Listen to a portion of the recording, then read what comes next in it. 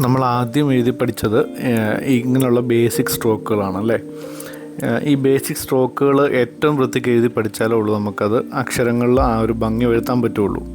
അപ്പോൾ ആദ്യം പഠിച്ച സ്ട്രോക്ക് ഇങ്ങനെയാണ്. മുകളിൽ നിന്ന് കട്ടിക്ക് വരച്ചിട്ട് വീതിയുള്ള ഒരു സ്ട്രോക്കായിട്ട് തുടങ്ങിയിട്ട് താഴോട്ട് വരുമ്പോൾ വീതി കുറഞ്ഞ് ഒരു ഷാർപ്പ് എഡ്ജിൽ കൊണ്ട് ചെരിച്ചതുകൊണ്ട് നിർത്തുന്നതാണ് നമ്മൾ ആദ്യം പഠിച്ച സ്ട്രോക്ക്. ഇത് കുറേ തവണ എഴുതി നോക്കുമ്പോൾ തന്നെ ഇതിൻ്റെ ആ ഒരു വൃത്തി വരും. ഇത് ഒട്ടുമിക്ക അക്ഷരങ്ങളിലും മെജോറിറ്റി അക്ഷരങ്ങളിലും നമ്മൾ ഇത് യൂസ് ചെയ്യുന്നതാണ് ഈ ഒരു സ്ട്രോക്ക്. പിന്നെ പഠിച്ചതാണ് താഴോട്ടൊരു വെർട്ടിക്കൽ ഷേപ്പിൽ എസ് സ്ട്രോക്ക്. വീതി കുറച്ചിട്ട് നടുക്ക് ഭാഗത്ത് വരുമ്പം വീതി കൂട്ടി തിക്നെസ് കൂട്ടി ലാസ്റ്റ് ഏരിയ വരുമ്പോൾ നമ്മുടെ കട്ടി കുറച്ചിട്ട് ഒരു വര പോലെ ആക്കി തുടങ്ങുന്നത് പോലെ തന്നെ നിർത്തുന്ന ഒരു സ്ട്രോക്ക്.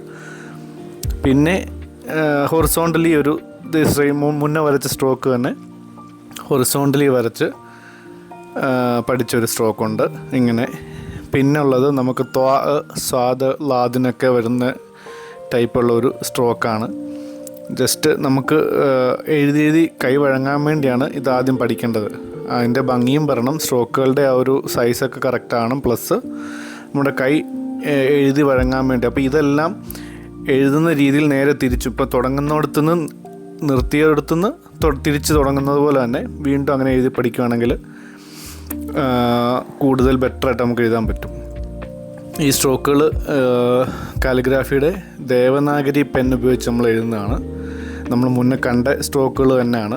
എസ് സ്ട്രോക്കും ഈ പെന്നുകൊണ്ട് എഴുതുമ്പോൾ കൂടുതൽ ഭംഗിക്ക് കിട്ടും നമുക്ക്. നമ്മൾ മാർക്കർ കൊണ്ട് ചെയ്യുമ്പോൾ കുറച്ചൊരു പ്രശ്നമുണ്ടാകും. നമ്മൾ ക്ലാസ്സുകളിലൊക്കെ കണ്ടതാണ്. നമുക്ക് അവൈലബിലിറ്റി പ്രശ്നം ഉള്ളതുകൊണ്ടാണ് നമ്മൾ മാർക്കർ കൂടുതൽ യൂസ് ചെയ്തത്. ഇത് ആമസോണിലൊക്കെ കിട്ടും. ഇതിൻ്റെയൊക്കെ ലിങ്ക് ഞാൻ എല്ലാവർക്കും ഇട്ട് തരാം, നമുക്ക് ഗ്രൂപ്പിലിടാം. പിന്നെ ഇതും കൊണ്ട് കുറച്ചും കൂടെ എളുപ്പത്തിൽ വൃത്തിയിലും നമുക്ക് സ്ട്രോക്കുകൾ വരയ്ക്കാൻ പറ്റും. ചെറിയ പ്രാക്ടീസ് മതി. ഡെയിലി ഒരു 10 മിനിറ്റ് ഇതിനു വേണ്ടി ചിലവഴിക്കുകയാണെങ്കിൽ എത്രയും പെട്ടെന്ന് നമുക്ക് ഇതിൻ്റെ ഭംഗിയോടുകൂടി ഈ സ്ട്രോക്കുകൾ വരച്ചെടുക്കാൻ പറ്റും.